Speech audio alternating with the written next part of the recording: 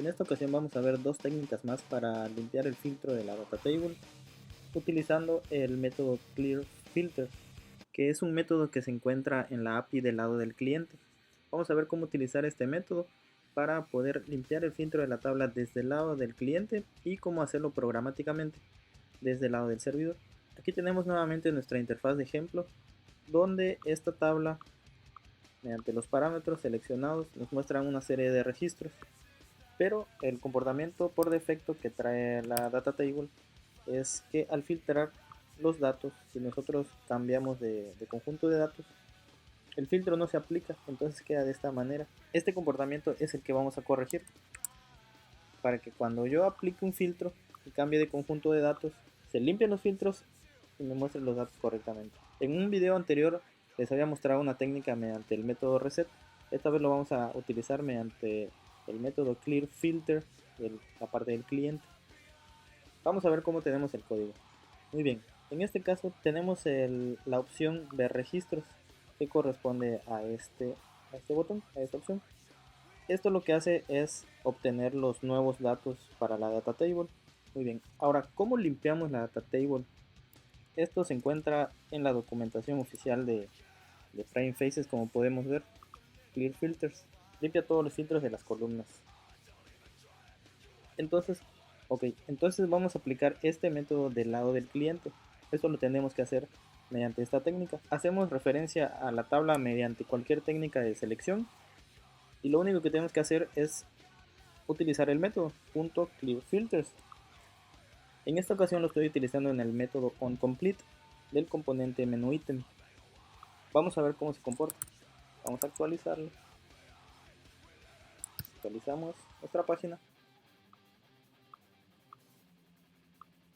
y vamos a aplicar un filtro.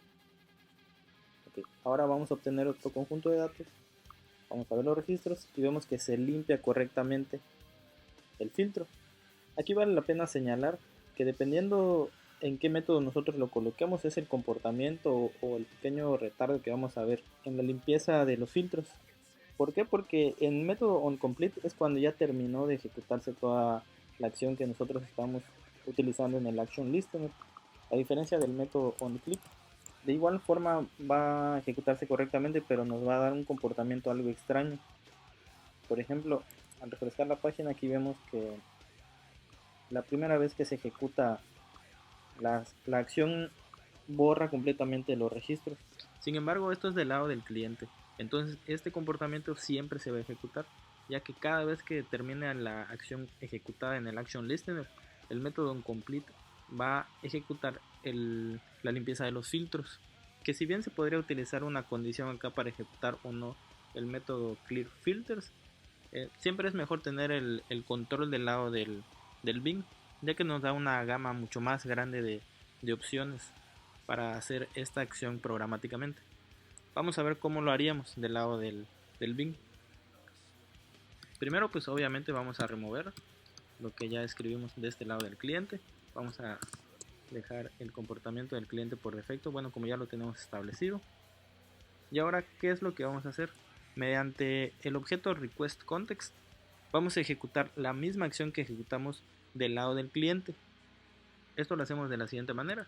Una vez que ya obtenemos el objeto de requestContext, simplemente vamos a utilizar el método execute y le vamos a pasar como parámetros la acción que estábamos ejecutando, tal cual de hecho. Vamos a pegarlo aquí dentro.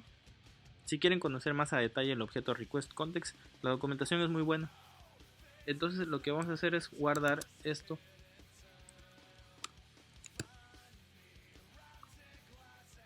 y vamos a refrescar nuestra página. Ahora vamos a obtener los datos, vamos a ejecutar cualquier filtro y ahora vamos a ver si se limpia o no. Y vemos que perfectamente se limpian los filtros. Entonces de esta forma podemos nosotros programáticamente tener el control de en qué momento limpiar el filtro y en qué momento no. Pues bien, de esta forma hemos explorado cómo limpiar los filtros de la tabla mediante el API del lado del cliente. que se complementa con la otra técnica que les mostré de la utilización de el objeto de la data table.